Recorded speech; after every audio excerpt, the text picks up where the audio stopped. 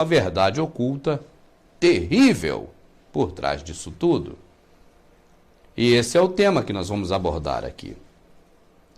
Você sabe que o Natal, além de ser uma festa comercial, é uma festa religiosa.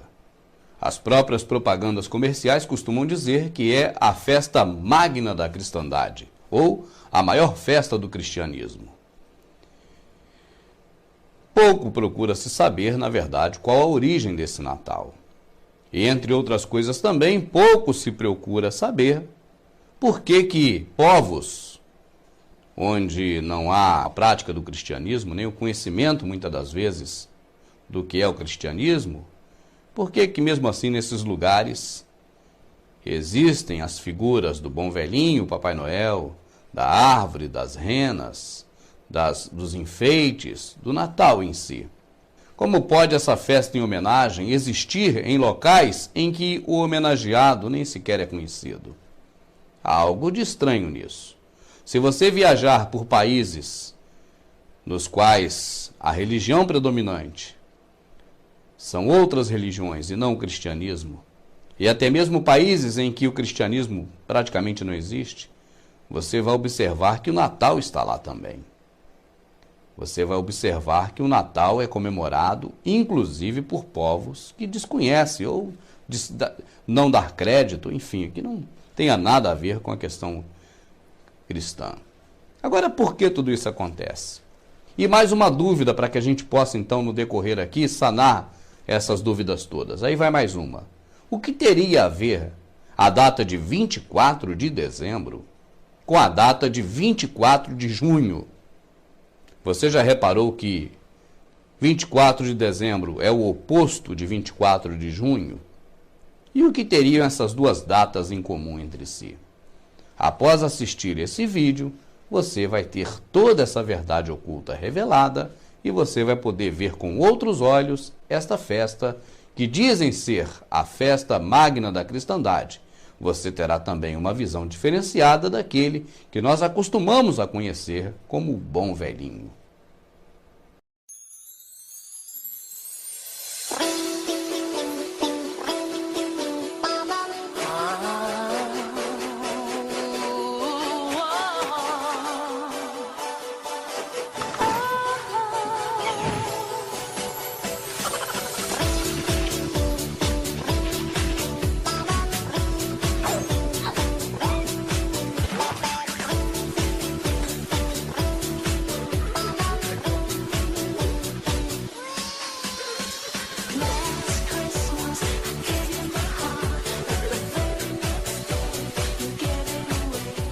No vídeo passado, nós falamos sobre a comemoração do aniversário de uma criança, de que é, na verdade, uma prática muito antiga, que nasceu com Semíramis, nasceu com Nimrod, com Tamuz, e que chegou aos nossos dias com o nome de Natal. E neste vídeo, nós vamos entrar um pouco mais a fundo na questão da festa que nós conhecemos. Vamos fazer uma análise dos elementos dessa festa, tanto a figura do bom velhinho, como a árvore de Natal, o pinheirinho, como os enfeites de Natal, como a troca de presentes e tudo o que está relacionado ao que nós conhecemos como Natal. O que nós podemos dizer de imediato é que para toda a humanidade, porque o sistema condicionou dessa forma, nós vemos que o Natal significa o nascimento de Jesus Cristo, o filho do carpinteiro José com a Virgem Maria. E esse mesmo Jesus, nós podemos analisá-lo de dois ângulos.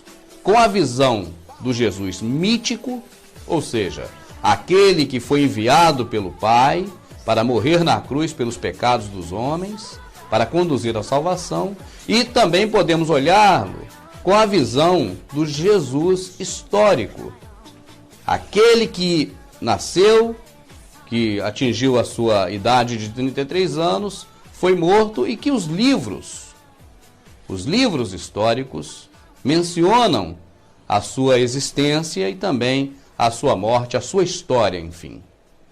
Nós podemos até dizer que foi um fato muito importante, porque dividiu o tempo em duas partes, antes de Cristo e depois de Cristo. Então, falando deste Cristo, desse Jesus histórico, nós podemos dizer que realmente em algum dia, no tempo, ele nasceu. Claro, se ele existiu, ele realmente teria que ter nascido, é inevitável. Se você for olhar pelo contexto bíblico, pela narrativa da Bíblia, que é um livro também, e deve também ser considerado também como livro, porque é um livro escrito, então também ele é um livro histórico, faz parte da história. E nós não vemos nesse livro histórico, a Bíblia, em nenhum momento, a comemoração de aniversário de ninguém. Nós não vimos ali, em nenhum momento, a comemoração do aniversário de Abraão, nós não vimos a comemoração do aniversário de Isaac, de Jacó, de José, de Moisés, de Samuel, de Davi, de Salomão, e segue-se daí em diante. Nós não vimos também a menção do aniversário de Jesus. Nós não vimos ninguém comemorando essa data. Como também, após Jesus, a mesma coisa aconteceu com relação aos discípulos.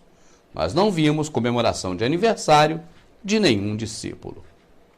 Sendo assim, podemos dizer que a questão de comemorar o aniversário não era tão importante para as pessoas que viveram no período bíblico. Não era o aniversário em si que era motivo de comemoração. Mas nós vemos, e muitas vezes nesse mesmo período, em que a Bíblia descreve como um livro histórico, que também ela é, nós vemos comemoração de festas, muitas festas, festas ligadas ao povo judeu e também festas ligadas ao povo não judeu, o que a Bíblia chama de ímpio, ou gentil, ou qualquer outra palavra desse tipo, ou povos pagãos, como costumou-se dizer mais tarde.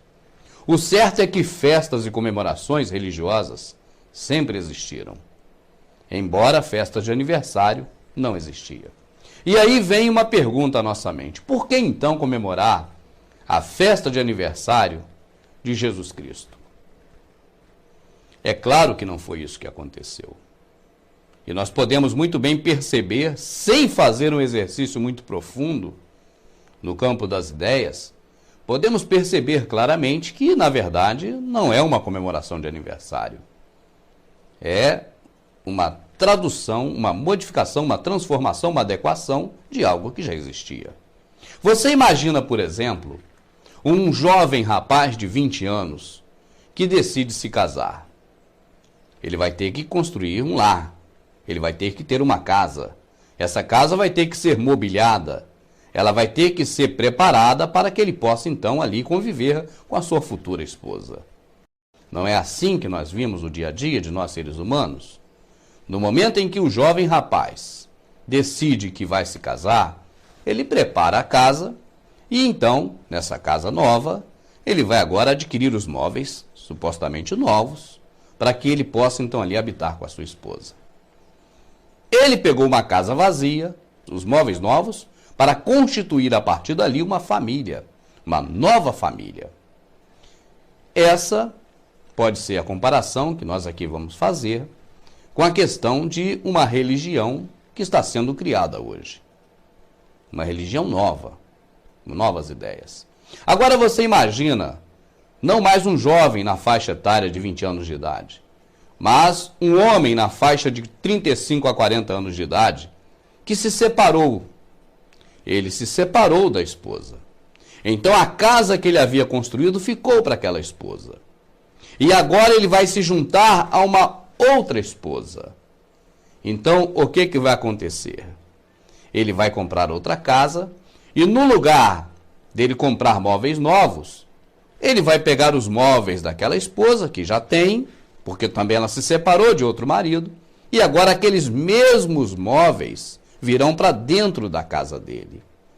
Não há novidade, não há móvel novo. Há apenas uma nova residência com móveis que já são usados, que são de um casamento antigo. Você está me entendendo onde eu quero chegar, meu amado? Eu creio que você já esteja entendendo, porque você é muito inteligente. Eu fico agradecido por isso. O que aconteceu quando foi criado o cristianismo foi exatamente o segundo casamento. Não foi um casamento novo. Foi o antigo casamento. É um fato, explodiu, não tem como tapar com a peneira. Aconteceu, Jesus nasceu. O cristianismo, queira ou não queira, ou pelo menos a sã doutrina de Cristo, a sã doutrina, aquela que o Senhor pregou e que os apóstolos ajudaram a manter, ela continuou subsistindo, escondido, camuflado, porque quem professava a fé era entregue aos leões, aos tigres, no Coliseu Romano, nas arenas para morrer. Mas não conseguiram acabar com as pessoas que professavam a sã doutrina, a fé em Cristo. Então cria-se aí o cristianismo, a religião. Agora, não é uma casa totalmente nova com um casamento novo. É, na verdade, o exemplo que eu dei do segundo casamento. Pega-se tudo enquanto é móvel velho, usado, cheio de manchas, e traz aqui para dentro. Tudo. Por quê? Porque não pode se perder público. Não pode deixar de fora, tem que se contemplar todo mundo. Não, porque eu sempre adorei o carvalho. Eu sempre adorei o carvalho, a árvore. Eu tinha até os bosques, ídolos para mim adorar. Eu agora vou ser cristão, mas eu vou deixar meus bosques, ídolos do lado de fora? Não, traz para cá. Bota aqui, essa casa cabe tudo, traz. Olha, mas eu adorava o rei do Deus Sol. Eu ficava de costas para o templo do Deus vivo e adorava o Deus Sol. Eu vou agora ter que entrar para o cristianismo e deixar o Deus Sol do lado de fora? Nada disso. Venha, traga o Deus Sol para o cristianismo, mas eu sou aquela que eu choro 40 noites perante o Pinheirinho Tamuz. Eu sou aquela que ofereço bolos à rainha do céu. Eu vou ficar fora do cristianismo? Não, minha filha. Vem com a rainha do céu aqui para dentro também, aqui é igual coração de mãe. Cabe todo mundo. Olha, mas eu adorava tanto Odin, Odin, o deus da tempestade. Esse homem era demais. Não sabe que Odin é o próprio Nimrod, né? Tudo um só. Mas eu adorava, porque os escandinavos era Odin e tal. A região da Suécia, essas coisas, era Odin, mas olha, eu adorava tanto Odin, eu vou ter que agora deixar o Odin de fora? Não, não deixa o Odin de fora. Traz o Odin para cá, a gente dá outro nome a ele aqui no cristianismo, mas é o mesmo Odin, manda para cá. Vamos fazer tudo aqui. Mas sabe o que acontece? Eu não vou ser cristão. Eu não posso ser cristão porque a Saturnália, essa festa em que começa dia 17 e acaba dia 24 de dezembro, essa festa maravilhosa em que podemos fazer orgias, em que homem com homem, mulher com mulher, nada é proibido. Não, não tem isso não, vale tudo.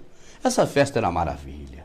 Eu não vou ser cristão e deixar de fora, de maneira nenhuma, a Saturnália. Eu não posso deixar as homenagens a Saturno. Saturno, aquele astro. Não, não é aquele astro Saturno, é Nimrod.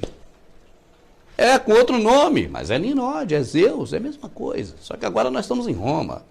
Agora é Saturno. E a Saturnália são as festas em homenagem a Saturno. Acontecendo de 17 a 24 de dezembro. Eu quero ser cristão, mas eu não vou deixar de fora. De maneira nenhuma eu deixo a minha festa de Saturno, porque é orgia o tempo todo. Ei, que maravilha! Orgia para adorar os deuses, eu não posso deixar de fora. Venha, traz a festa da Saturnália também para cá.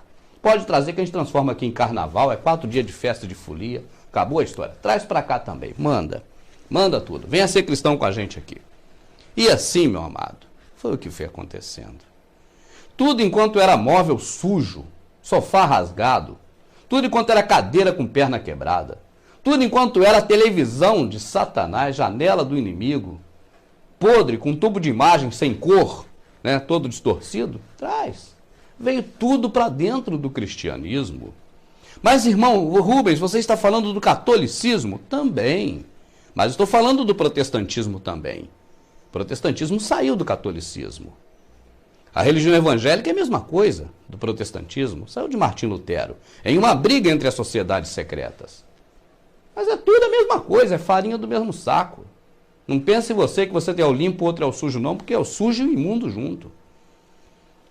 As práticas são as mesmas. E você vê quantas denominações hoje estão aí preparadas para poder enfeitar tudo para o Natal. E tem até cantata de Natal. Então não venha dizer que é outra coisa, não. Não vamos aqui tapar o sol com a peneira. Vamos em frente. Vamos continuar.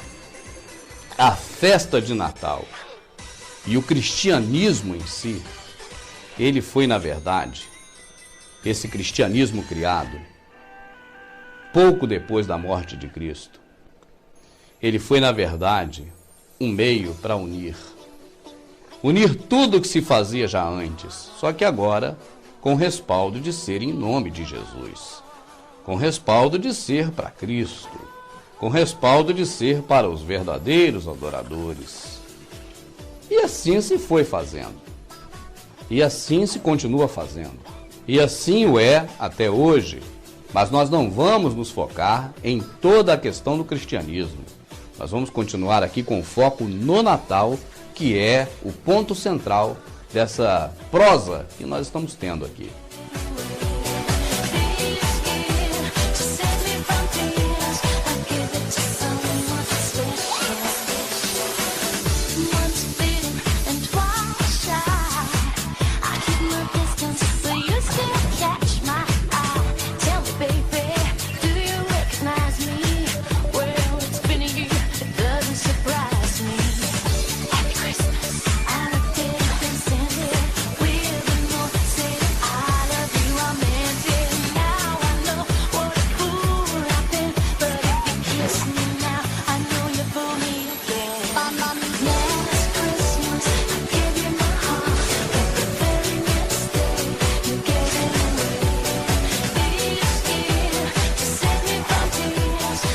Para caracterizar que há uma festa de Natal, uma comemoração natalina, é necessário que se haja então os enfeites do Natal.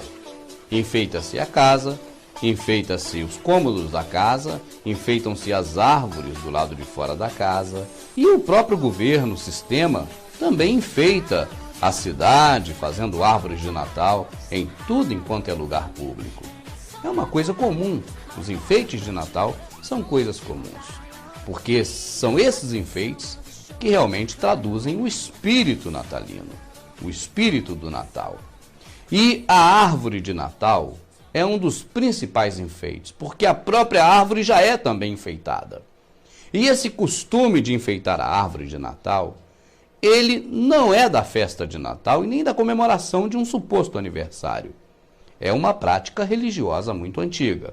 Nós já falamos aqui no vídeo passado que Semíramis, essa mulher que é tão homenageada por tantos e tantos e tantos, ela teve o filho chamado Tamuz, filho do Deus Sol, portanto também Deus Sol, o qual entre os egípcios é conhecido como Horus, aquele da pirâmide do olho que tudo vê, aquele olho, o olho de Horus, é esse mesmo. E Tamuz, nós já falamos sobre isso no vídeo passado.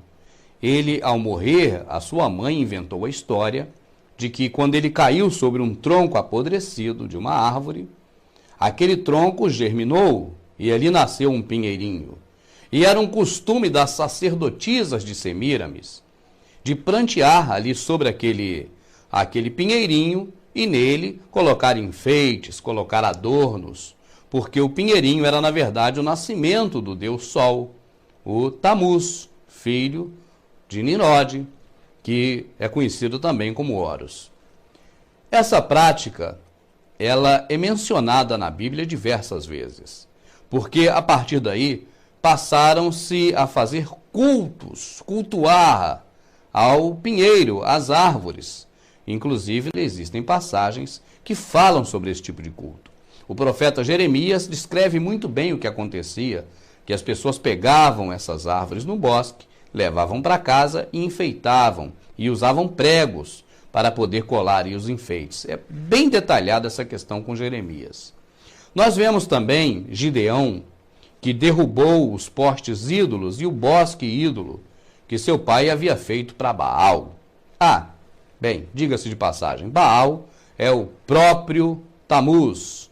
E aquele símbolo principal de Baal, você sabe que é o obelisco.